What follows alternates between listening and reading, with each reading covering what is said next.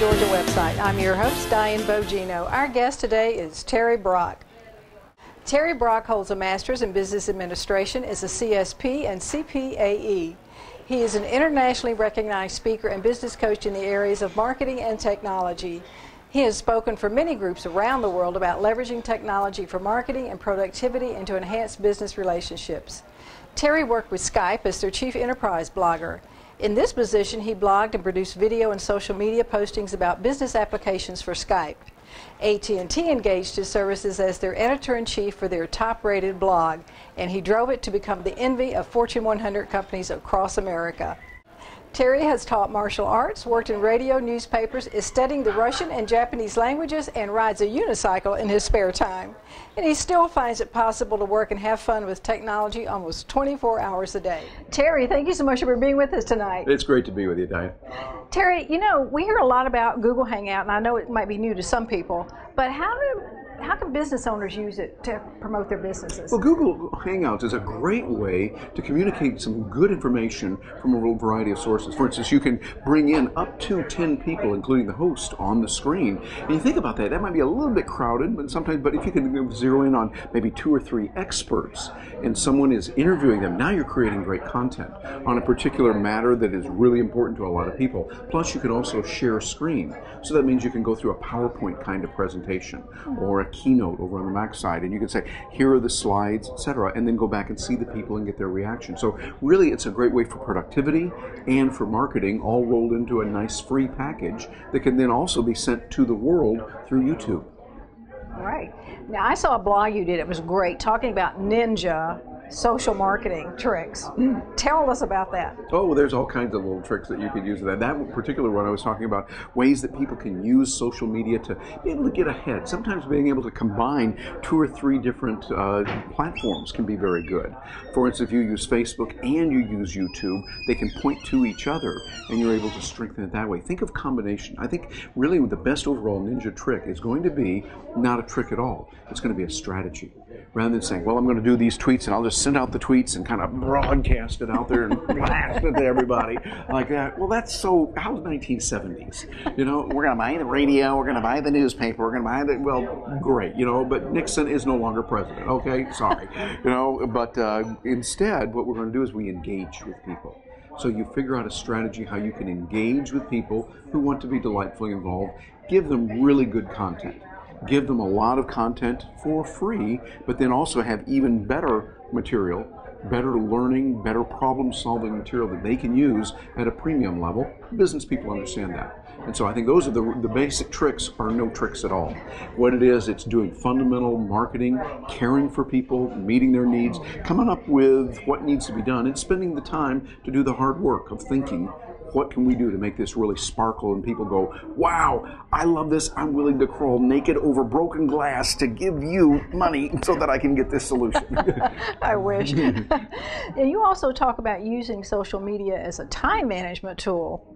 Could you explain that a little bit? Yeah, it's very important that you look at what you're going to do, because see, so many people go, gee, I'd like to do social media, but I just don't have the time for it. And I don't know if you've ever heard that, but it's like, yeah, you know, because there's always these things out there to do. And so again, it goes back to the strategy. You got to go, okay, step back first before you go, oh, should I get into Twitter? Oh, should I do Facebook? Should I do Tumblr? Should I do Digit? Should I do da-da-da-da-da? You go, oh, I can't do it all. Well, that's right, because you got to have a strategy.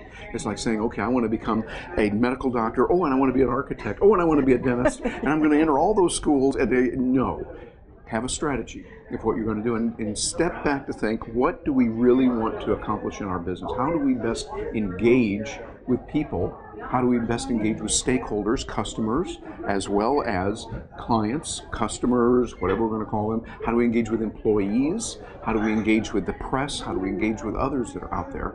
And then put together a strategy. How does Facebook work for us? Or does Facebook even work for us? Does Twitter work for us? Does YouTube? All of those. Now, some of them, absolutely, if you're in business, you need to be there. Just need to carefully think it through. Get someone that can help you on that. It would be worth getting on the telephone, or better yet, Skype or Google Hangout with an expert and say, okay, here's my business. Walk me through this. What do I need to do to develop my strategy?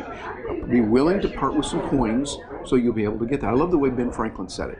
He said, be willing to part with the coins of your purse to fill your mind so that your mind will fill your purse with coins. Wow. And so, I wish I would have said that. Ben Franklin beat me to the punch, The nerve. He's stolen all my good stuff. And so I think by doing that and looking at what we want to do, an overall strategy is a business decision. And so it's not a matter of the new GA, shiny new object of the moment, but rather a sound business policy and strategy to accomplish your goals and objectives. Right. And you talk about being self-reliant in your marketing. Could you explain that a little bit? Yeah, well, that goes back to my old buddy Ralph Waldo Emerson, who also stole a lot of my lines, in his essay on self-reliance. Be able to do it on your own. Be able to get out there and do it, but you can't do it on your own. Sounds like a contradiction. But what you want to do is realize it's up to you. You've got to be responsible for it. But you reach out to others and bring them in. Rather than hiring employees, which you can do, and there's a place for that in some places. The good news is for small businesses today, you can tap into some of the best brain power anywhere in the world. You can find people that'll help you in many different areas. Hey, this is why God invented India. There's some brilliant, wonderful people there. And the Philippines. I mean, we're using people from the Philippines, from India, from Malaysia, and even the United States. You've heard of that? Yeah. But seriously, we build a team together. And it's kind of like, remember way back in the 60s, or on Nickelodeon now, the Mission Impossible. Right. And then they say, Mr. Phelps, should you decide to accept this, this is going to happen, and if anything happens to you, we're not going to mention anything about it. We don't know you.